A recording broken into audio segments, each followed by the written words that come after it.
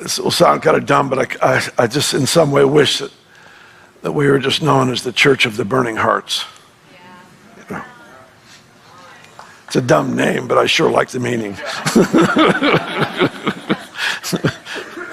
I'm already in trouble. I don't want to change the name. Burning Hearts. But the burning ones, the people who know how to just, in that place of deep affection. I remember back, how many of you remember the energy crisis of the 70s when there was the long gas lines and all that? Well, before that, so this goes way back. I remember listening to a man speak. He said his home, he lived in he and his wife, their master bedroom was in the second story of a home that they lived in. And he said it just took forever to get the hot water from downstairs hot water heater up to their bathroom.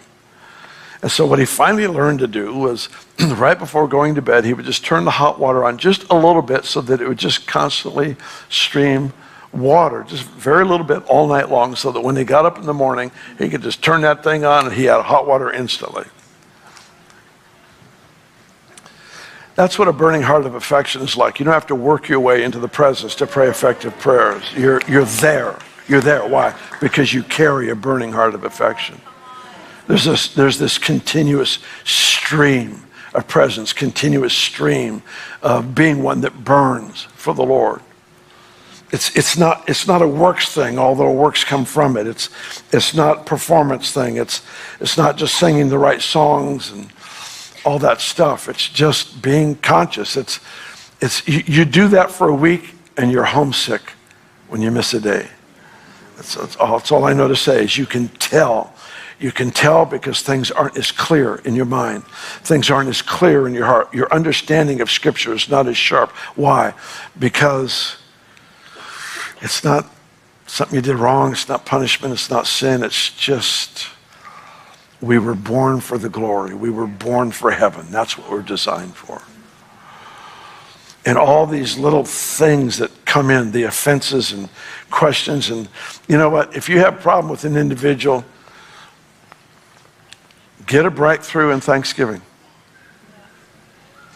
You have a problem with somebody? If you can't give thanks, you're losing the battle. And here's the cool thing. You don't have to. You were designed to win. You were designed to win, to give thanks in that situation. The job you have is troubling to you. You know what? You can either be the victim of bad circumstances or you can be the victor. You can be the person who turns it around literally through the simplicity of rejoicing and thankfulness. Just to give thanks. Consciously bringing someone to mind that you've had conflict with and giving thanks that God causes all things to work for good. And Lord, I celebrate. I honestly celebrate the fact that you're able to use anything that comes my way. What I'll do is I'll actually look into that person's life, especially when it has to do with believers. I'll look into that person's life and find the gift or that thing that they were called to do that has made such a difference in my life or such an impact on this church or whatever it might be, and just truly become thankful. Sometimes we're not thankful for people because we haven't stopped long enough to consider who they are in Christ.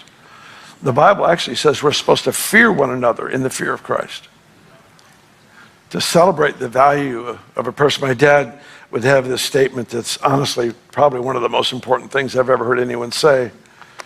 He said, wash a person's feet till you know why they walk the way they do.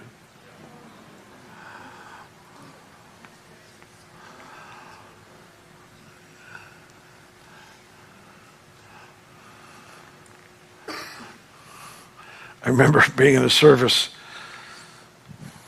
not here, it was somewhere else. And I'm not going to tell you where.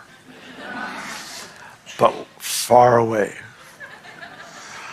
I remember being in the service and it was worship and the worship was great, but there was just somebody close to me, physically close, that was just making all kinds of noise. I found it quite annoying. because they didn't seem to be singing the same song.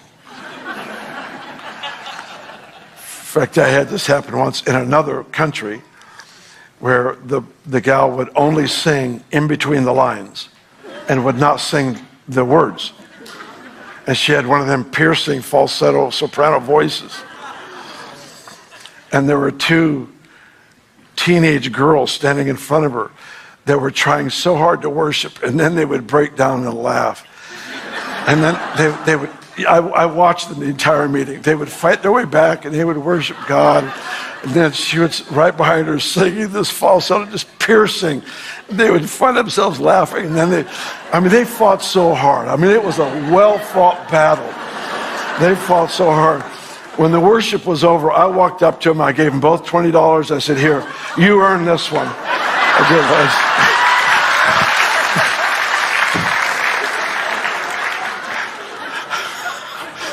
Well, it was one of those meetings.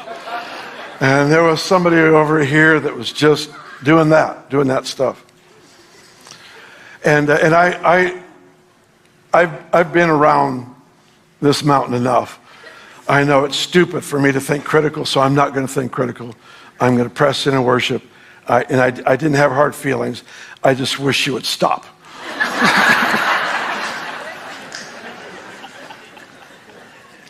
Absolutely true. Worship came to a close. Heidi Baker standing just a few feet away. She comes over, she points to this woman, she goes, isn't that amazing?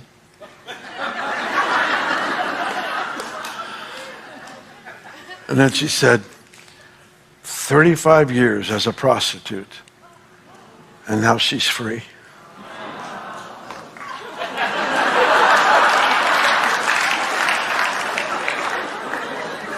All of a sudden, all that noise that was annoying was a symphony.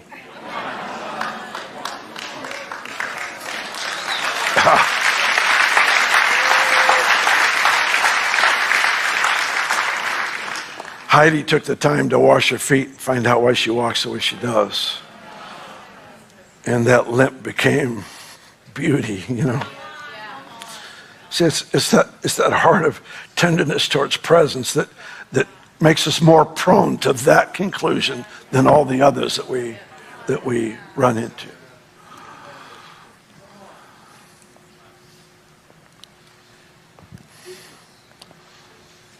There's this crazy idea that the church is made up of Mary and Marthas, and nothing would ever get done if it wasn't for Marthas. I mean, remember that story? Mary sat at the feet of Jesus. Martha was angry with Mary because she wasn't helping with the work. So I've heard people say nothing would get done if it wasn't for Marthas. And I'm pretty confident it was a Martha that made that up.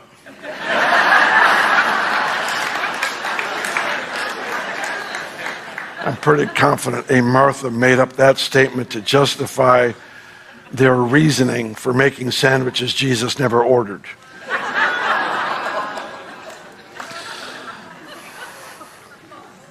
See, something happens in the glory. This is absolutely true. In the glory, things happen at such a higher level and a higher pace and greater efficiency and effectiveness that you get done in 1 hour what might have taken days otherwise outside of the glory.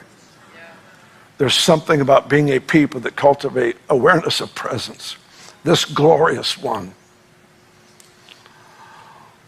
that changes everything. I know of situations where that glory has shown up, where that presence, because of the affection, the adoration of worshipers, that affection just comes crashing in around a crowd of people that are literally surrounded by friends to kill them.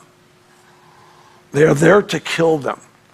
And then that glory comes because there's these yielded, surrendered hearts of lovers of God. And that glory comes, and this army that is surrounding them to kill them fall on their faces.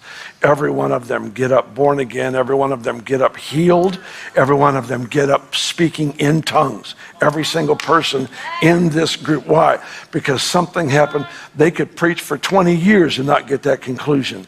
But when the presence comes in that measure, everything changes.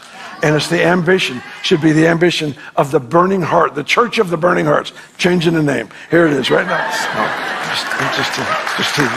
That's just between you and me. Church of the burning hearts. Saint burning hearts. No.